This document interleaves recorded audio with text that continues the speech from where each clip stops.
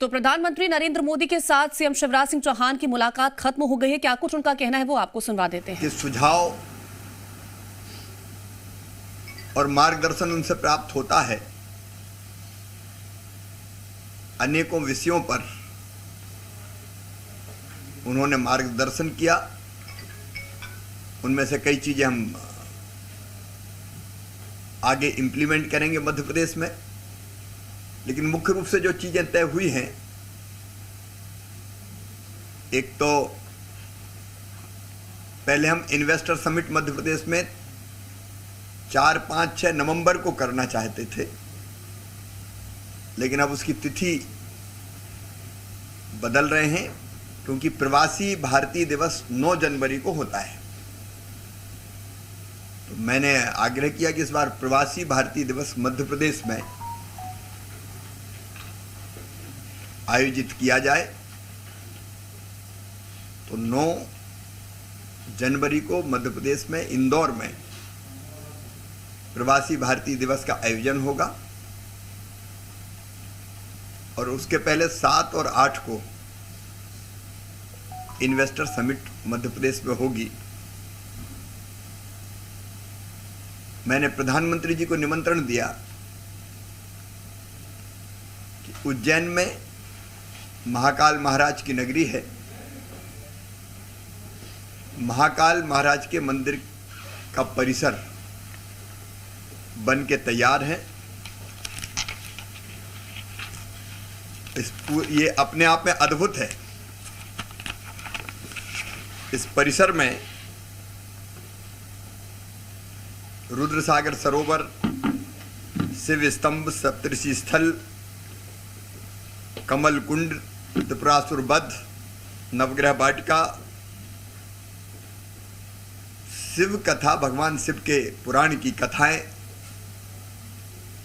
उनको चित्रित करने का काम हुआ है। अपने आप में अद्भुत है। तो प्रधानमंत्री जी से मैंने निवेदन किया कि वो इसका लोकार्पण उनके हाथों से संपन्न हो और मुझे प्रसन्नता है कि प्रधानमंत्री जी इस परिसर को लोकार्पित करेंगे। मध्य प्रदेश में स्टार्टअप्स बड़ी तेजी से उभर रहे हैं। हमने अपनी स्टार्टअप्स की पॉलिसी बनाई है, नीति बनाई है।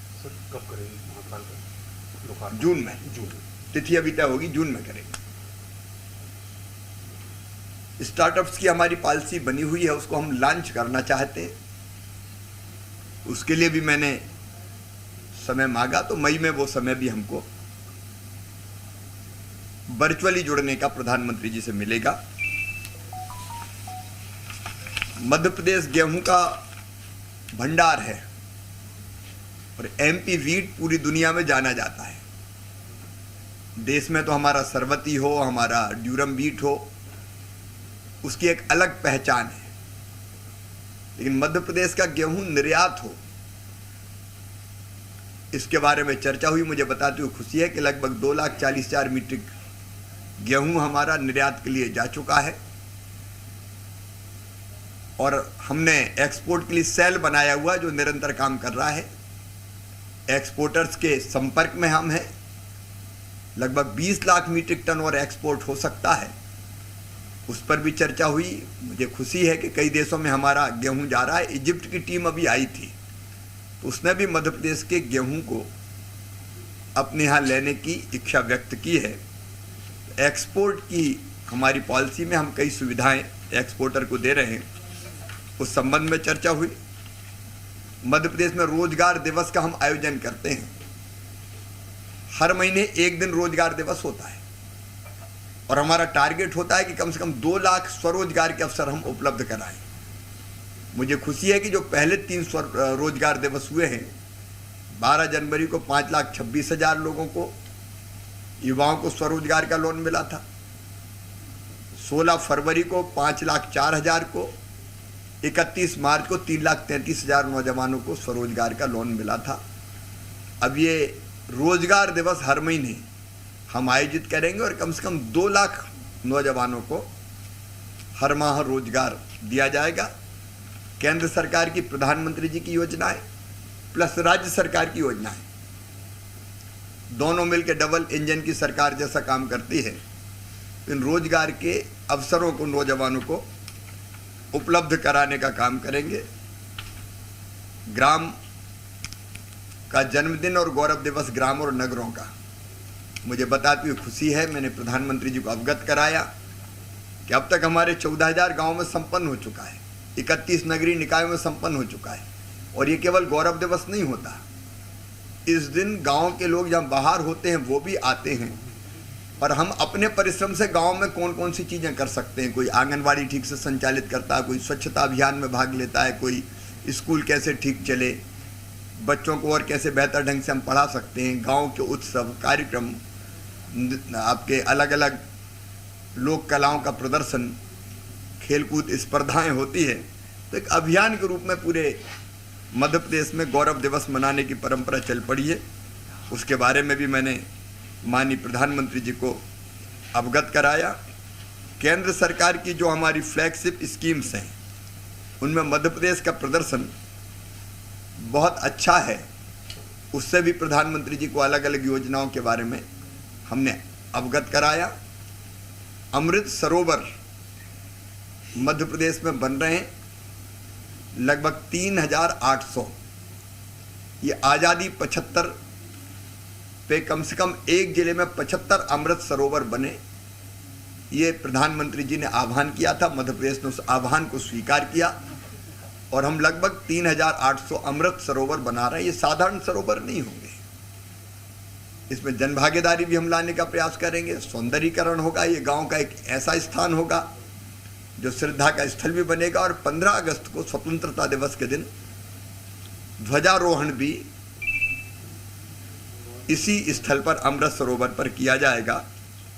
इथेनॉल पॉलिसी हमने मध्य प्रदेश में बनाई और बहुत अच्छा काम उसमें हुआ है। लगभग 50 करोड़ लीटर इथेनॉल के उत्पादन की स्वीकृति पत्र जारी किए हैं, उस पर भी चर्चा हुई। ई-रुपए का प्रयोग हो,